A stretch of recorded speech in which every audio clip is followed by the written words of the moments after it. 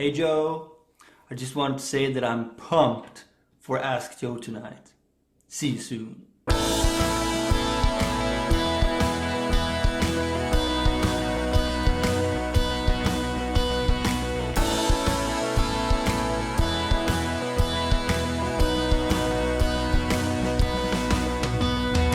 Hey everybody, what's going on? My name is Joe Gilder. Welcome to Ask Joe. If you're here on the live stream, you've seen me kind of fumble over the new setup. I've shifted everything. So the last few episodes, the camera was up here and my windows were behind you, and it was awkward because there was so much sunlight. So I'm moving it to the side, which just means I have to control everything from my laptop, which you really don't care about. But that intro brought to you by our good friend and faithful Ask Joe attender is Simon Karlstedt from Sweden. Simon has been a longtime customer of mine, and he and I actually hung out in person. I don't know how long ago that was, Simon, but we even recorded a little guitar, and I took him to get hot chicken here in Nashville. So it was a good day. It was a very good day. But thank you for tuning in if you're here live for the first time, or if you've been attending or listening to the podcast for years and years and years. Thank you. It means a lot that you're here, and I'm really glad. I'm glad to be back in the swing of doing this, because I love when I make videos and send out emails, but this is one of the few things I do where there's a lot of people there live, and there's that interaction in real person, almost like a concert. It's not like a concert, but it's close. Let's see what's going on. Last night, I went to the Ryman and got to see Andrew Peterson do his yearly Behold the Lamb of God Christmas concert, which is probably my favorite Christmas tradition. I've been 4 or 5 times. Super, super great. Super inspired. Super ready to get there one day. It was very cool. What else? Someone's asking about my EP. That is coming. Plan is to write and record and mix and get it out most this week.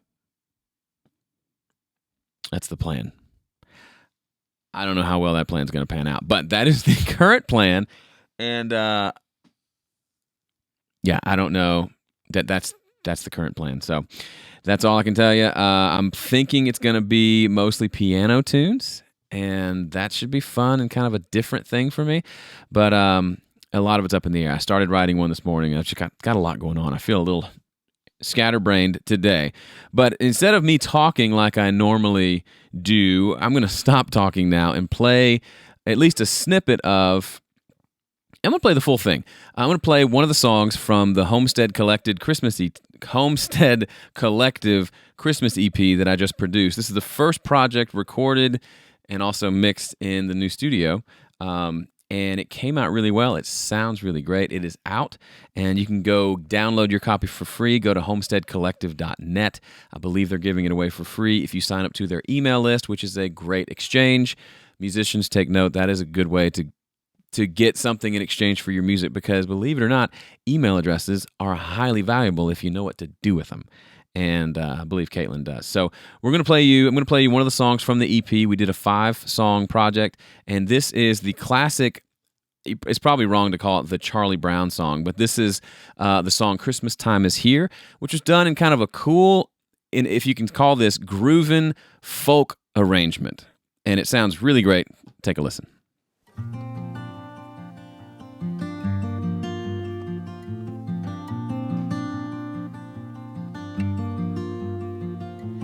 Christmas time is here, happiness and cheer, fun for all the children call their favorite time of year. Snowflakes in the air, carols everywhere. Olden times and ancient rhymes of love and dreams to share. Sleigh bells in the air, beauty everywhere. Yuletide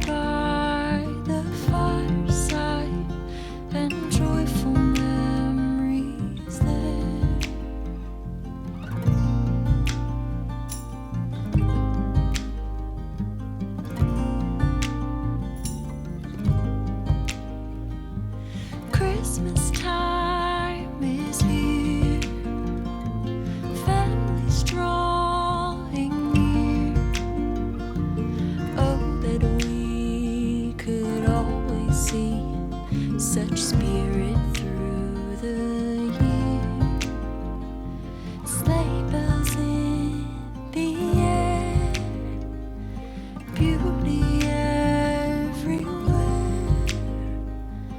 Yuletide by the fireside and joyful memories there.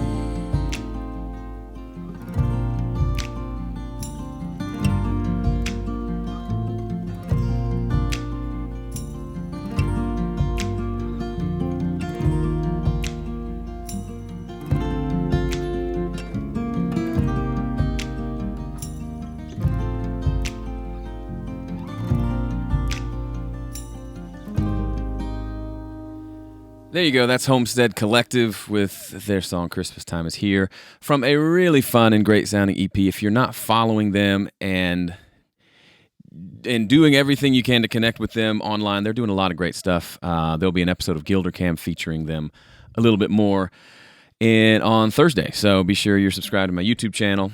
But yeah, isn't that a cool version? Like that was, while I did produce it and I recorded and mixed and mastered it, a lot of the what makes, really all of what made it really great is they came in with some really cool arrangements and cool ideas, and just, I never would have thought that was the kind of song that you would kind of bob your head to and groove out to, but you totally can, and I'm really proud of the way that turned out. So again, if you're just tuning in or you missed it, it's homesteadcollective.net.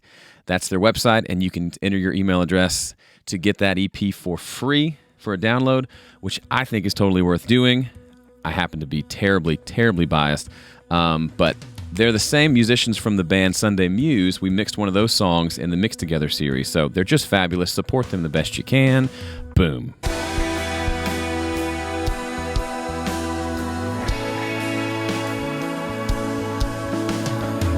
My boom game is back, everybody.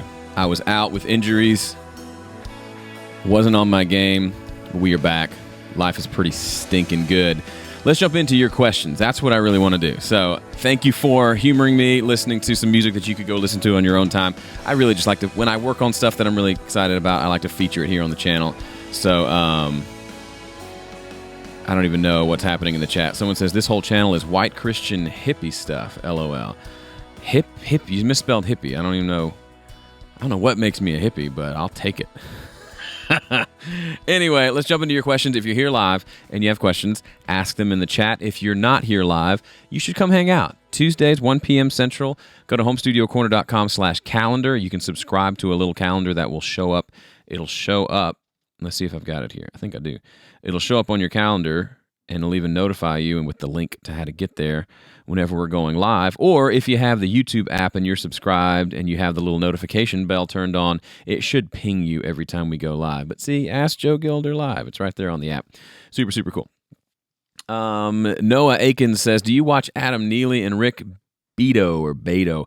I know who Rick is. I don't know who Adam is. I've not watched any of Rick's stuff, but I've subscribed with the intention of watching. He seems like he's got some cool stuff. What would Joe ask Santa for Christmas this year? I'm going to be totally a nerd for a second, but my kid Owen, he's 7. He really wants a Nintendo Switch, and the way we budgeted for Christmas, we just didn't want to throw a whole video game system in there in addition to other presents, so we said no. But I kind of want one because I haven't played Mario Kart in a really long time, and Christmas break is long. I'm going to probably take 2 weeks off. Mario Kart will help us get through that. So, Santa, Nintendo, I know people at Nintendo are probably watching this. Hook a brother up. I'm just kidding. What is a Q mix? A Q mix is a headphone mix. I don't know why it's called a Q mix. I guess because you get your musical cue through listening. So yeah, it's just a headphone mix. You could substitute the word cue for headphone, and you'll be happy, and everyone will know what you're talking about. Sam Ashley says the Nintendo Switch, he played it yesterday and is in love. Yeah, I think it's pretty dope. My brother's coming to town. He's got one. He'll probably bring it. He might make it onto an episode of Gilder Cam as well. My little brother, he's 8 years younger. Super cool dude. Who knows? He's a writer. I might try to get him to let me use one of his pieces in. I don't know. Anyway, remind me about that. Hopefully I won't forget.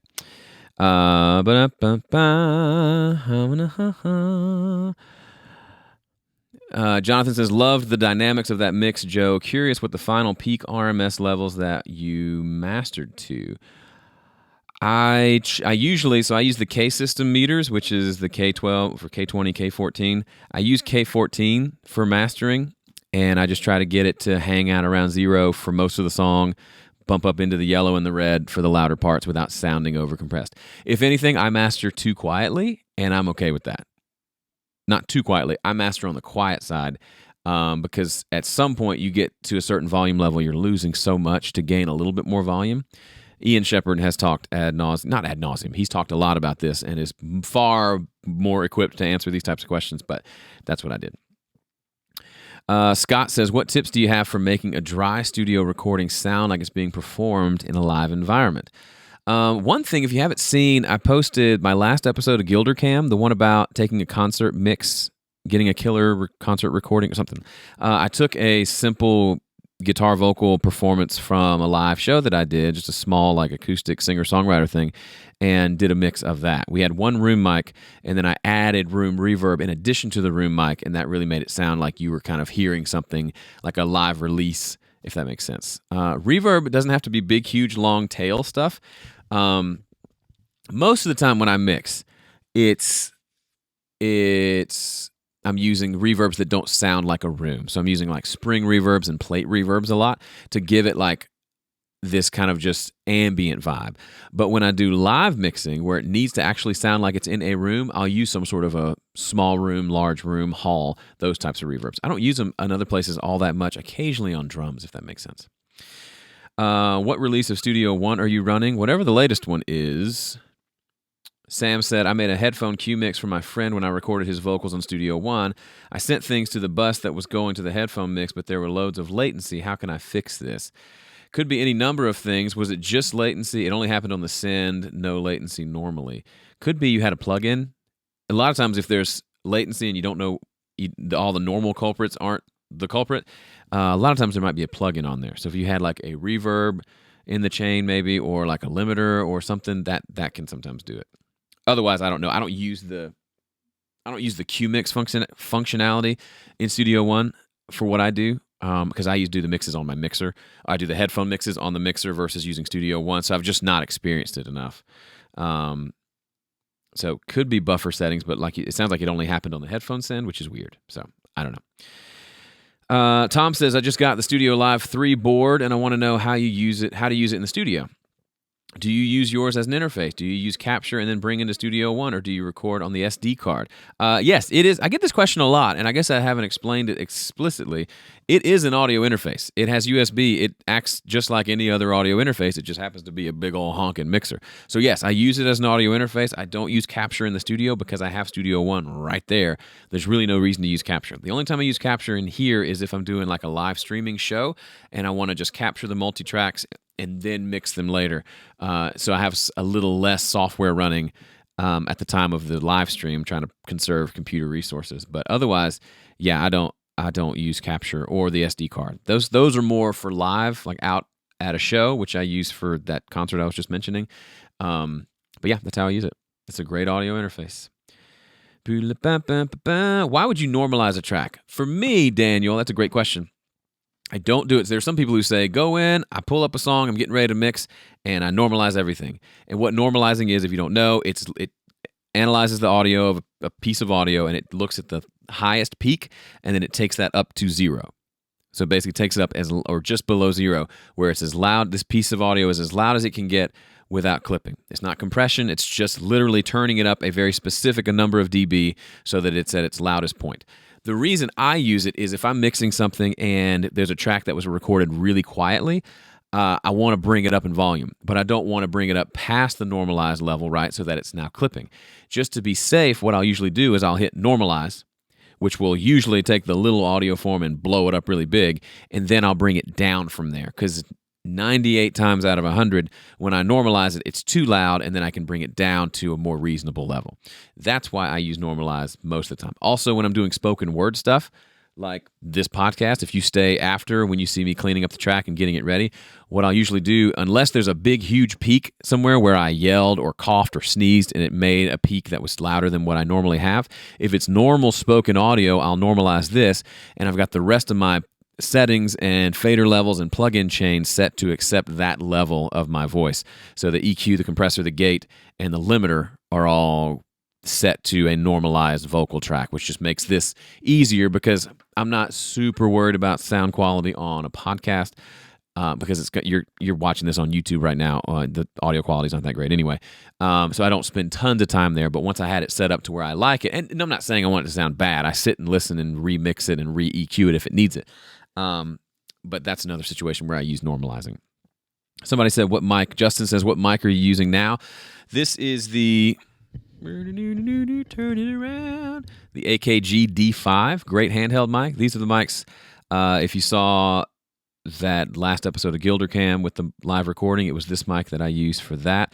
And it's just a cool live mic. I prefer the SM7B. Mine has a buzz, and I haven't gotten it fixed yet. So this is filling in. It looks a little more janky, right? I look less professional without an SM7. I know. The Eskimo record says, do you wait until everything is recorded to start adding plugins or EQ and start doing that during the recording process? It just depends. If it needs something right away, I like to add it right away. So if I recorded, just with Caitlin and Ben in the studio, if we recorded these tom tracks, and typically the recorded tom needed to be manipulated, like take out some ringing frequencies, mess with the low end a little bit, add a reverb to a tambourine, things like that. If I know I want it, I go ahead and add it. To me, that's as much production as it is mixing.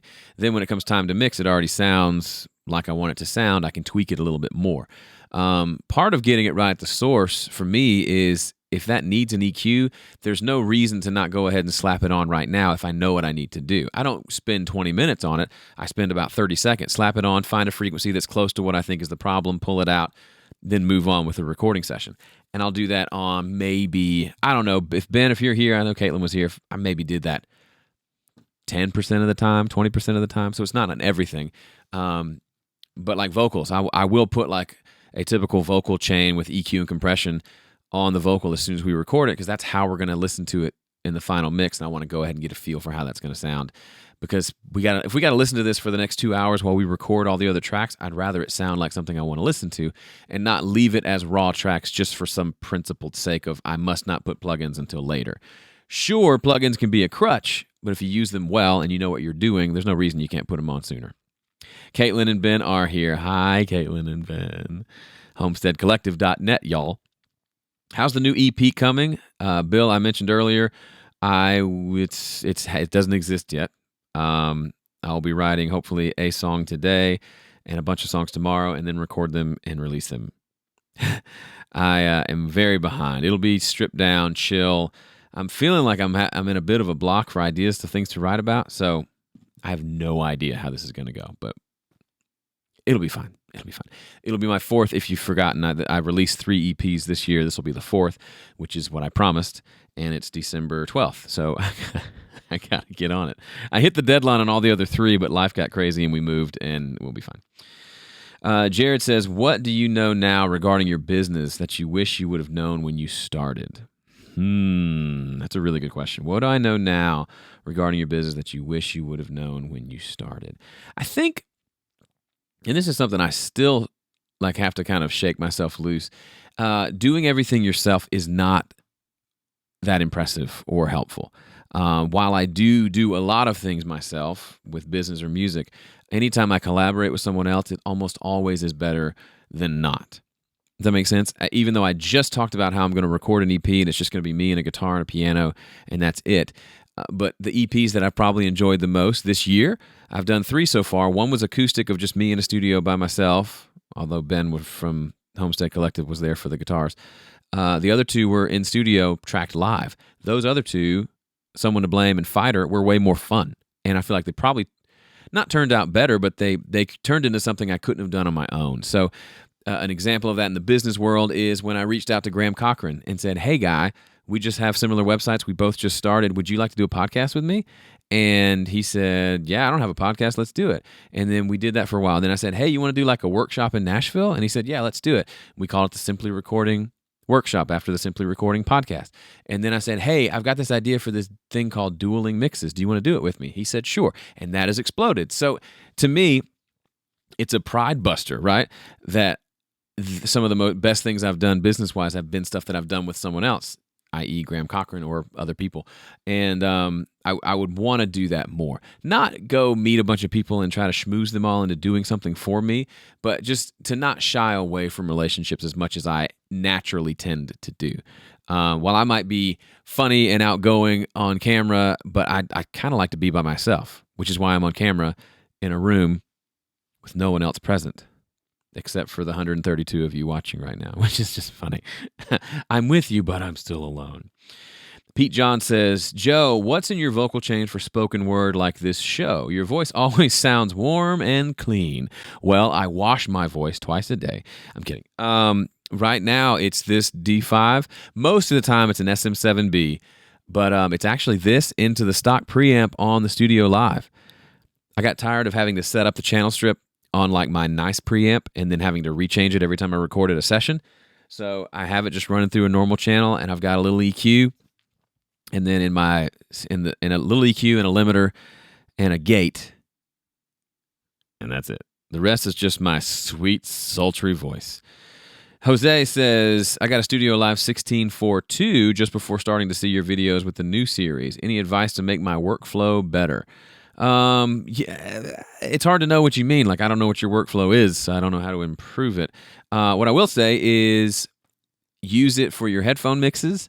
That saves a lot of time and is super fun. And I would say don't bother trying to route all your tracks through the board, like kick on channel 1, snare on channel 2. It's fun, and go for it if you want to do it to try it out. But I found it takes way more time to figure out on a smaller board, even a bigger one like this. You've got a subgroup at some point, so you've got to decide which tracks are you going to bust to a single fader, and it becomes this huge exercise and waste of time. I may be recording 20 tracks, but I'm going to have everything from my DAW coming back, channels 1 and 2, as just my output from Studio One. It's way easier that way. Which do you prefer, Apple Music, Spotify, or Amazon Music? I prefer Apple Music, and I'm probably in more of the minority. It seems like everybody listens to Spotify. I just like that I can say, hey Siri, play something by Boyz II Men, and she'll just play something. Okay, here's some Boyz II Men, picked just for you. Let's see what she picked.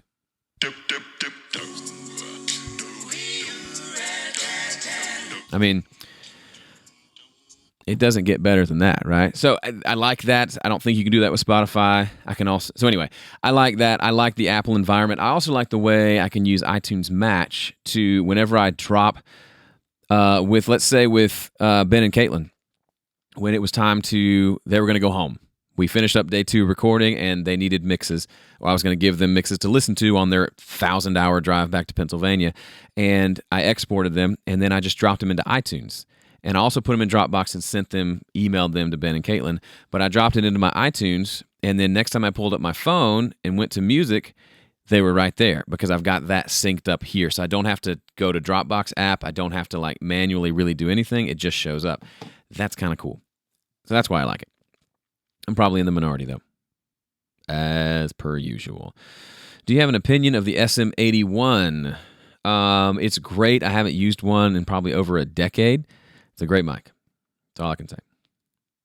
What do you think of reductive EQ, low pass and high pass everything? Well, I don't like anything that requires me to do it all the time, right? Anything that says you should always do this or always do that, I'm pretty much going to say pass, because it's in context, right?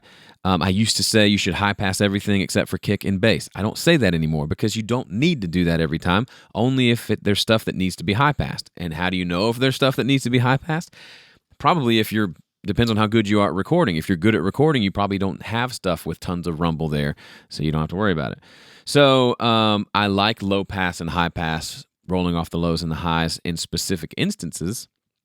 And I've been doing a little more of using shelves, like on tracks, but also on my main mix and in mastering, to take the overall lows and highs up and down to a spot that I like. But otherwise, I don't love the idea of doing anything on everything. Paul says, how do you feel about using loops for, say, instruments you can't play or don't know anybody who does either? If it sounds cool, I'm all for it. I tend towards the side of I don't even use virtual instruments all that much because I just like to play it or have someone play it. And so that means I probably end up limiting myself, and I'm probably not super relevant, especially in like the pop world. But it has to sound good, right? If it does, great. If it sounds cheesy or sounds like a loop or sounds really fake, then I'm not all for it. What tips do you have for optimal mic placement for spot mics on rides and hi-hats? Do you start centered over the bell or more towards the edge? I'm usually somewhere probably in the middle, Jonathan, on hi-hat. And I'm usually like in facing away. But if I usually have my preference, I don't even put up a hi-hat mic. I just capture it in the overheads. And then I never use a ride mic. So I don't have any preference for that. Who do you use to get your music on iTunes? David, I use DistroKid. I used to use TuneCore, and I used Ditto for a while, which they owe me money and haven't gotten to me yet. I need to contact them. But I've been using DistroKid for the last year, and I like it. It's cheap. Even if you upgrade, I think it was $30 or $40 for the year. Unlimited releases, can set release dates, and it goes to all the places. So I like it. If you're not listening to my music on one of whatever your favorite platform is for streaming, go look me up, Joe Gilder. I'm on all of them. It's all there for free. Go listen. Let me know what you think. Would love to hear it. Nathan says DistroKid's all the rage. It is. They reached out to me and said, hey, would you do a video? We'll pay you. And I was like, nah, I don't care about it. And then later I ended up using DistroKid, but I never did the video, and they never paid me. Look at that. I don't need no stinking sponsors. Edward says, hey, Joe, what plugins have you added to Studio One that are not a part of the original purchased? I added a spring reverb impulse response to get a spring reverb sound that I wanted. And that's it. I've added the most recent Fat channel that has the 1176 and LA2A. Sorry, I keep watching because I think the outro music is set to go around 30 minutes. Yeah. Sorry, I'm being so unprofessional. So yeah, I've used that. That's the only thing I've used. I just don't use a lot of third-party stuff. I use Ian Shepherd's stuff. The not Dynameter. I haven't checked that out yet, but the other one, the one that lets you hear before and after, and it balances the volume. Wow, I can't believe I can't remember that. Someone tell me, and I'll say it in a second. Tom says, you were a Cubase user? No, I was a Pro Tools guy, and then I switched to Studio One because I liked it. And I just started using it, and I kept liking it. And that was it. Have I used Wave plugins? I have. I used to own a bunch of them. I don't anymore. I love the SSL series big time. Not sure why my mixes don't show up on my iPhone from iTunes, but the desktop does. Yeah, you have to have iTunes Match, which is a separate service. It's like $20 or $30 a year to have it sync your library up between your devices. It's not super intuitive. Do you still watch mixing tutorials for a fresh look into your process like Andrew Sheps or Chris Lord-Alge? I don't a lot, and that's probably one of my bigger weaknesses. I've never watched a lot, but anytime I do, I get ideas and I get excited and I want to try stuff. I'm so busy doing my own thing and staying in my lane that it's hard sometimes to pay attention to somebody else. But I think there's certainly value there. And maybe I'd love to maybe do Mix with the Masters or one of those things one day. Time for one more question. Is Pro EQ still your go-to EQ, or are you finding more use for the ones in the Fat channel? If I have a specific frequency I've got to go take care of, I still use a normal, regular old EQ. But I do like the vintage style EQ that looks kind of like a Neve. It only has certain frequencies, but it just sounds cool, and I really dig the limited options. Thanks so much for listening. I'm Joe. See you back here next week. Come hang out with us. See ya.